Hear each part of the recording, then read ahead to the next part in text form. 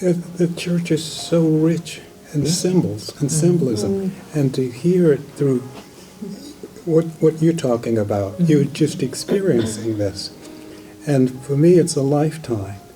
And so I really am highly motivated by your enthusiasm. Yes, yes, I so agree, and that's why I was saying I'm so excited for you, because I grew up Catholic. I went through, all the sacraments. I was born into it, that my parents chose for me to be baptized as soon as possible and get the sacraments growing up as I should.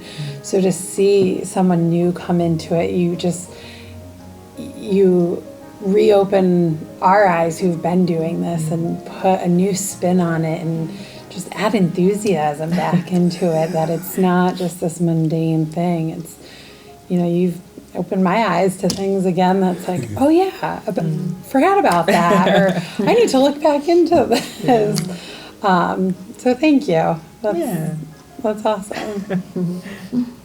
And of course, that the music, the art, all of those things come together to make the celebration of the Eucharist what it is.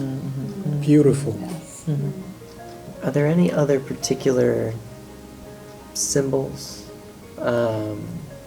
differences, particular things that we know are just for Lent, that jump out to anybody, whether it's from a childhood experience or just in general? Anything else that when you get to this season, somebody you're excited about, we're gonna have that thing again?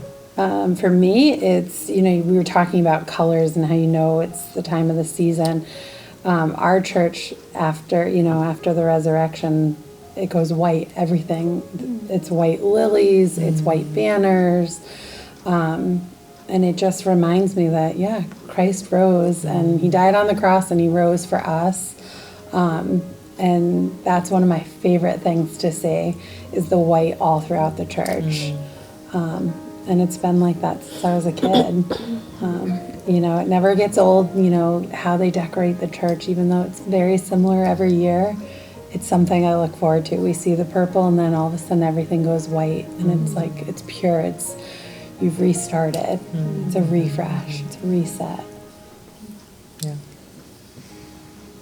I like the part when we kiss the cross. Yes. And the church gets so packed when it's wonderful.